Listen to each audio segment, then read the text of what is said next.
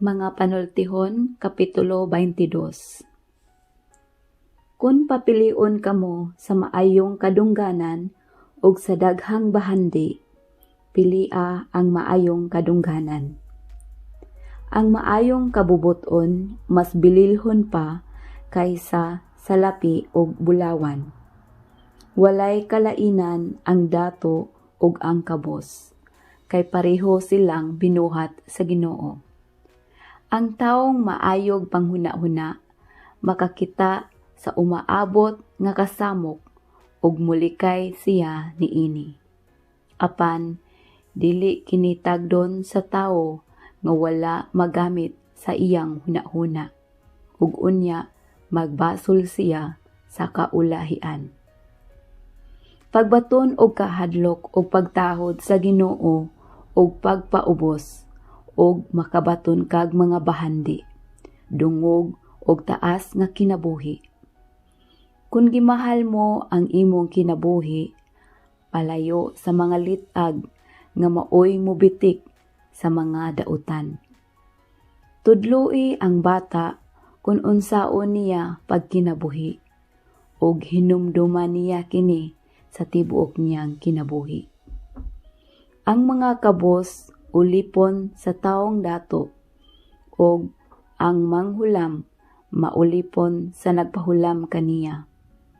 Pagpugas og binhi sa pamintaha, og mag-ani kag katalagman, og ang imong pagpanglupig dili na magpulos. Pagmahinatagon og paambita sa imong pagkaon ang mga kabos, og panalanginan ka tungod niini. Hinginli ang taong mapahitason, ug muhunong ang panaglalis ug panag-away, ingon man ang pagdinautay. Kung matinud-anon ka ug malumo nga musulti, mahimo nimong higala ang mga hari.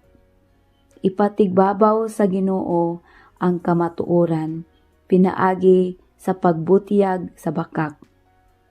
Ang tawong tapulan magpuyo lamang sa balay, ug muingon nga tingali unyag tukbon siya sa leon kun mugawas siya.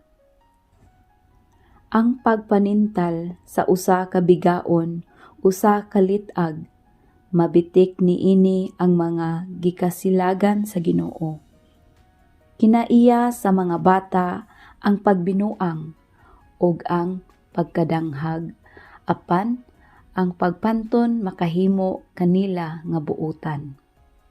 Kung muhatag kagasa ngadto sa mga dato o mudaog-daog sa mga kabos aron ka madato, mapobre ka hinuon.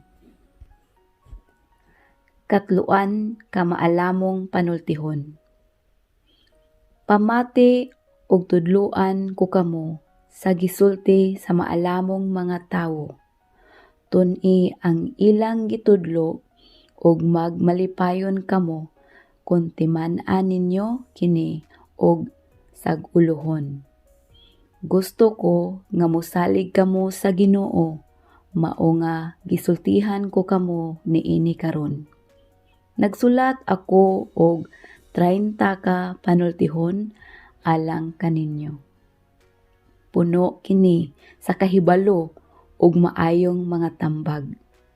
Ug pinaagi niini, mahibalo kamo kung unsa gayod ang matarong ug matuod aron madala ninyo ang hustong tubag ngadto sa nagsugo kaninyo.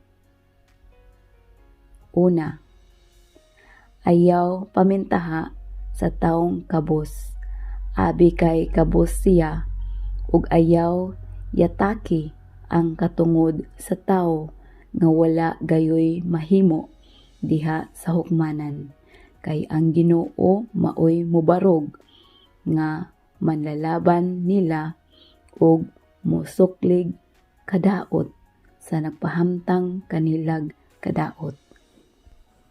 Ikaduha, ayaw pagpakighigala sa mga tawo nga init og ulo og daling masuko.